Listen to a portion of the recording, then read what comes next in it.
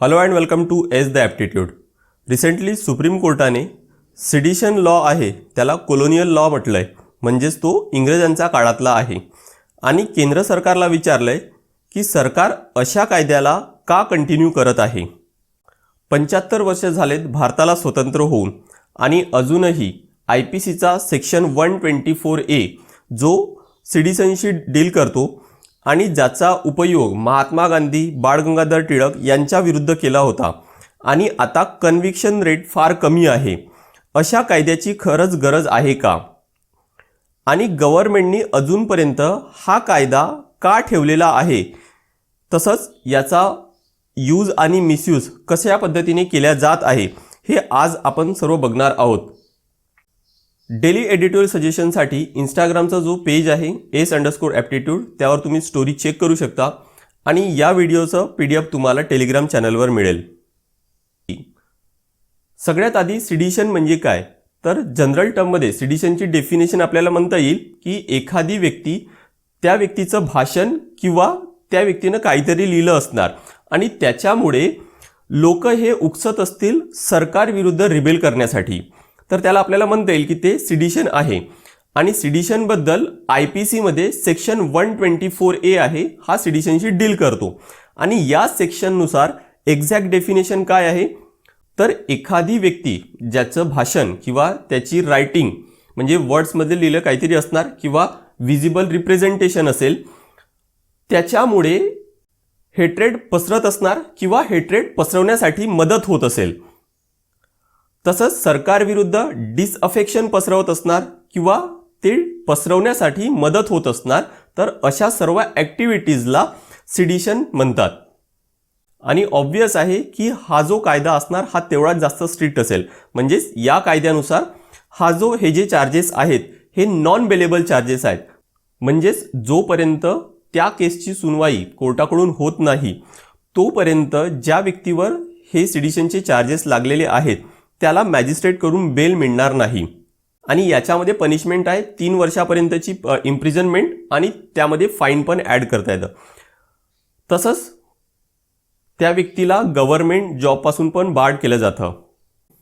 त्यानंतर थोडं हिस्ट्री बघू सेक्शन 124A बद्दल. 1860मध्ये IPC आलं, म्हणजेच इंडियन पिनल कोड. पण सुरुवातीपासूनच IPCमध्ये सेक्शन 124A नव्हतं, तर तो IPC आल्यानंतर 10 वर्षानंतर म्हणजेच 1870मध्ये सेक्शन 124A हा IPCमध्ये इन्सर्ट करण्यात आला आणि तेव्हापासूनचा हा कायदा अजूनही तसाच आहे. म्हणून या कायद्याला आता कोर्टाने ब्रिटिश इरा लॉ म्हटलं, म्हणजे ब्रिटिशांच्या काळातला कायदा आहे, तो अजूनही आहे. आणि हा त्यावेळेस आणण्याचा मुख्य कारण म्हणजे काय, तर इंडियन जे फ्रीडम फायटर्स होते ते ब्रिटिश सत्तेविरुद्ध अँटी ब्रिटिश मुवमेंट चालवत होते. आणि मुख्य उद्देश होता काय, तर भारतीयांना म्हणजे जे इंडियन फ्रीडम फायटर्स होते त्यांना पूर्ण स्वराज पाहिजे होतं. पण ब्रिटिशांकडे कोणताही कायदा नव्हता हे जे इंडियन फ्रीडम फायटर्स आहेत यांचे ॲक्टिव्हिटीज थांबवण्यासाठी, यांचा जो आवाज आहे, यांचे जे पब्लिकेशन आहे हे थांबवण्यासाठी, यांचा आवाज दाबण्यासाठी कोणताही कायदा नव्हता. म्हणून 1870मध्ये सेक्शन 124A हा मेन्शन करण्यात आला. आणि या सेक्शननुसार सगळ्यात आधी चार्जेस लावण्यात आले ते म्हणजे जोगेंद्र चंद्र बोस, जे बंगोभासी या पेपरचे एडिटर होते आणि त्यांनी एज ऑफ कन्सेंट बिल आला होता त्याच्या विरुद्ध आर्टिकल पब्लिश केलं होतं. तसंच सेक्शन 124A नुसार गांधीजी आणि बाळ गंगाधर टिळक यांच्यावर सुद्धा चार्जेस लावले होते.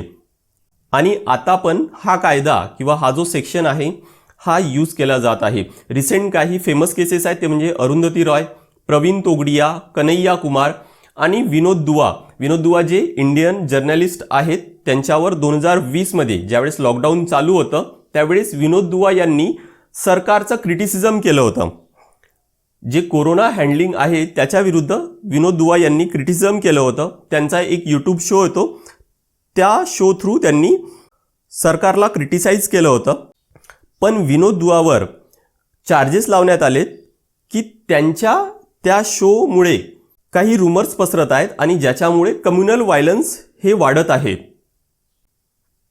पण आता जून महिन्यामध्ये म्हणजे 2021च्या जून महिन्यामध्ये म्हणजेच 1-1.5 महिन्याआधी याच्यावर सुप्रीम कोर्टाने निर्णय दिला की प्रत्येक जर्नलिस्ट आहेत हे केदारनाथ जजमेंटच्या अंडर, जे आपण पुढे पण बघणार आहोत केदारनाथ जजमेंटच्या अंडर प्रोटेक्टेड आहेत आणि गव्हर्नमेंटचं क्रिटिसिझम करणं किंवा गव्हर्नमेंटला क्रिटिसाइज करणं हे सिडिशन चार्जेसच्या अंडर येत नाही. आणि जर असं जर झालं तर जे फंडामेंटल राईट्स आहे आर्टिकल नंबर 19 ज्यामध्ये मेन्शन केलंय freedom of speech and expression, त्याचं व्हायोलेशन होईल. म्हणजे यावरून लक्षात येतं की या कायद्याचा अजूनही मिसयूज होत आहे. जसं ब्रिटिशांनी जे इंडियन फ्रीडम फायटर्स होते त्यांचा आवाज दाबण्यासाठी हा सेक्शन आणला होता आणि त्याच्यासाठीच ते उपयोग करत होते. आणि अजूनही जर सरकारविरुद्ध कोणी जर क्रिटिसिझम करत असेल, कोणी सरकारला क्रिटिसाइज करत असेल तर अशांचा आवाज दाबण्यासाठी म्हणून सरकार या सेक्शनचा उपयोग करतोय. म्हणजे सरळ या कायद्याचा या सेक्शनचा मिसयूज होतोय. आणि हेच आता कोर्टाने मेन्शन केलंय की अजूनही हा कायदा सरकार का रिटेन करत आहे आणि याचा जो सिव्हिअर मिसयूज होत आहे त्याच्यावर कन्सर्न जाहीर केले सुप्रीम कोर्टाने. आणि सुप्रीम कोर्टाने ज्यावेळेस सेंट्रल गव्हर्नमेंटला हे जे प्रश्न विचारलेत त्यावेळेस chief justice of India Ramana हे जे आहेत यांनी प्रश्न विचारले. त्यांनी एक एक्झाम्पल दिलंय की हे गोष्ट सिडिशन म्हणजे ही गोष्ट अशी झाली आहे की एखादी कारपेंटर आहे त्याला जर आरी दिली आणि सांगितलं की जंगलातून एक लाकडाचा तुकडा घेऊन ये आणि त्यांनी पूर्ण जंगलच तोडलंय. म्हणजेच सिडिशन हे एक पॉवरफुल टूल आहे सरकारकडे, पण सरकार त्याचा यूज न करता मिसयूज करत आहे. सरकार त्याचा स्वतः विरुद्ध जे पण कोणी आवाज उठवत असतील तो आवाज दाबण्यासाठी म्हणून करत आहे. तसंच सिडिशनच्या केसेसमध्ये जे कन्व्हिक्शन रेट आहे हे फार कमी आहे. 2016 मध्ये जर बघितलं तर टोटल 35 केसेस हे रिपोर्ट झालेत आणि त्यापैकी फायनली फक्त एक केस असं होतं जो कन्व्हिक्ट झाला. तसंच 2017 मध्ये पण 51 केसेस येऊन फक्त एकच व्यक्ती असा होता ज्याच्यावर हे चार्जेस लागलेत. 2018 मध्ये असे फक्त 2 केसेस होते. त्यामुळे हे दिसतं की सिडिशनचे चार्जेस ज्यांच्यावर पण लागलेले आहेत अशा केसेसमध्ये कन्व्हिक्शन रेट हा फार कमी आहे. त्यानंतर काही इम्पॉर्टंट केसेस आहेत. 1950चा Romesh Thapar versus Union of India. बऱ्याचदा सरकार एखादी पुस्तक पब्लिश होण्यापासून बॅन करते आणि कारण देते की जर पुस्तक जर पब्लिश झाली तर त्याच्यापासून पब्लिक सेफ्टीला थ्रेट आहे म्हणून, म्हणजेच लॉ अँड ऑर्डरला कुठेतरी धोका आहे असं काहीतरी कारण देतं. पण या केसमध्ये Romesh Thapar versus Union of India या केसमध्ये हायकोर्टाने सांगितलं की हा काही कारण नाही झाला, हे तर कम्प्लिटली अनकॉन्स्टिट्युशनल आहे. याच्यामुळे आर्टिकल नंबर 19 जे फ्रीडम ऑफ स्पीच अँड एक्सप्रेशनशी रिलेटेड आहे ते व्हायोलेट होत आहेत. त्यानंतरची केस आहे Kedarnath versus state of Bihar. या केसमध्ये सुप्रीम कोर्टाने म्हटलंय सिडिशनचे चार्जेस असणे गरजेचे आहे. जर सिडिशनचे चार्जेस नसतील तर काही जे ग्रुप आहेत जे भारताविरुद्ध ॲक्टिव्हिटीज करतात, भारताचा तोडण्याचा प्रयत्न करत आहेत, ते right to freedom of speech and expression आहे याचा मिसयूज करतील आणि व्हायलेन्स क्रिएट करू शकतात. आणि म्हणूनच सिडिशन असणं गरजेचं आहे. नेक्स्ट केस आहे ती 1972ची P Alavi versus state of Kerala. या केसमध्ये सुप्रीम कोर्टाने म्हटलंय की जर कोणी व्यक्ती पार्लमेंटला किंवा ज्युडिशियल सेटअपला जर क्रिटिसाइज करत असेल किंवा काहीतरी स्लोगन देत असणार पार्लमेंट किंवा ज्युडिशियलच्या अगेन्स्ट, तर असा क्रिटिसिझम हा सिडिशनच्या अंडर येणार नाही.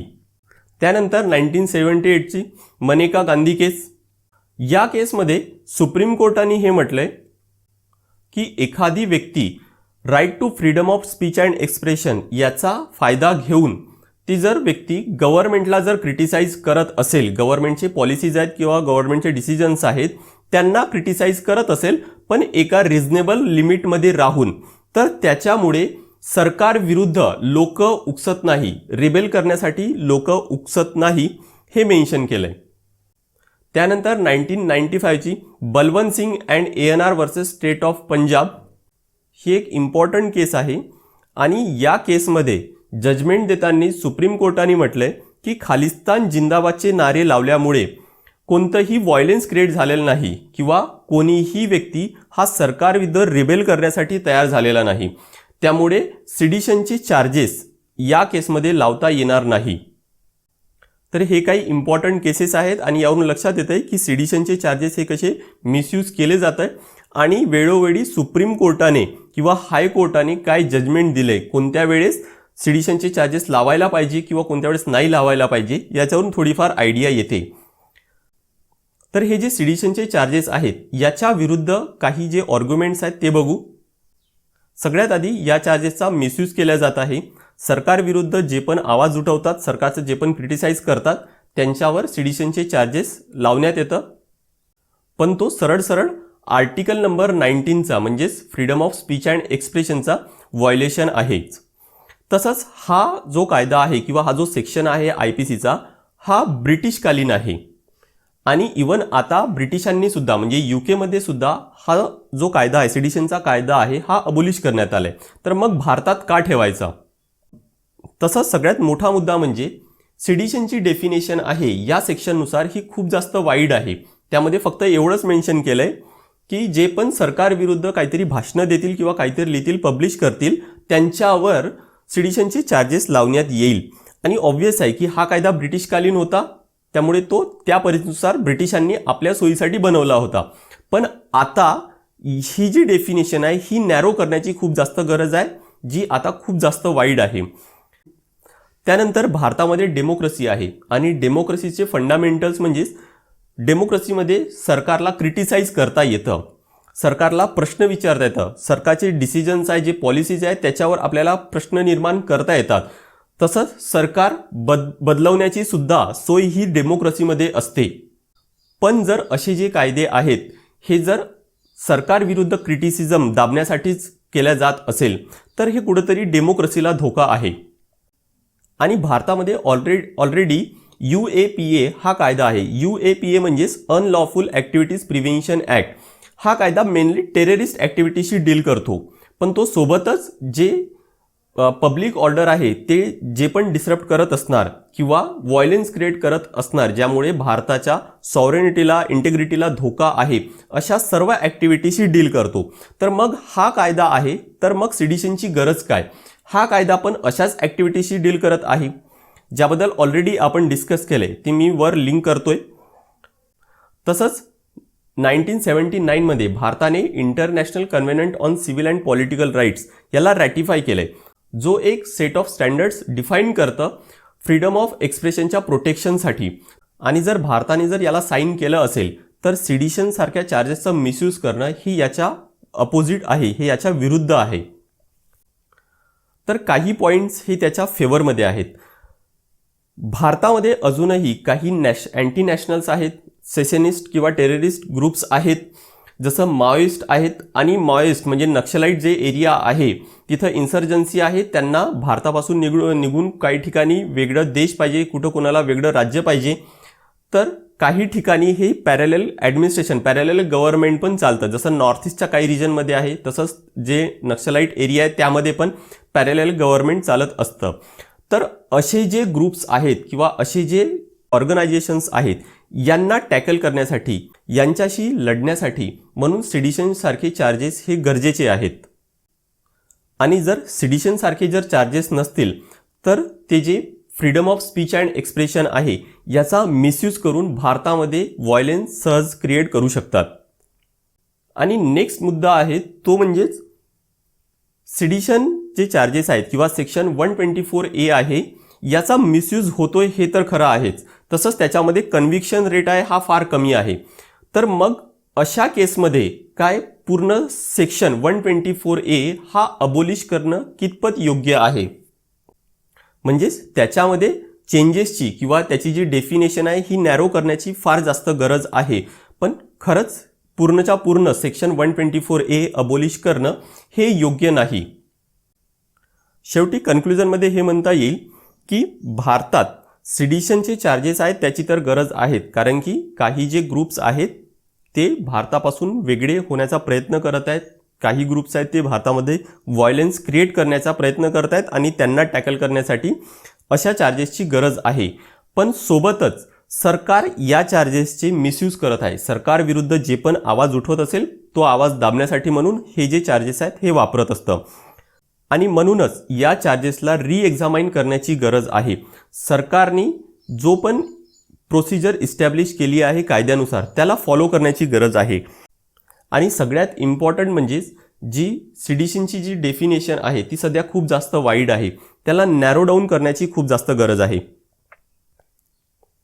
यामध्ये आपल्याला म्हणता येईल की याच्यामध्ये सगळे इश्यू न टाकता जे इश्यूज आहेत, जे फक्त भारताच्या इंटिग्रिटीला किंवा सॉव्हरेनिटीला जे धोका पोहोचवत आहेत, फक्त असेच इश्यूज जे आहेत त्यांच्यावर सिडिशनचे चार्जेस लावायला पाहिजेत. This is all from my side on this part of discussion. Thank you very much.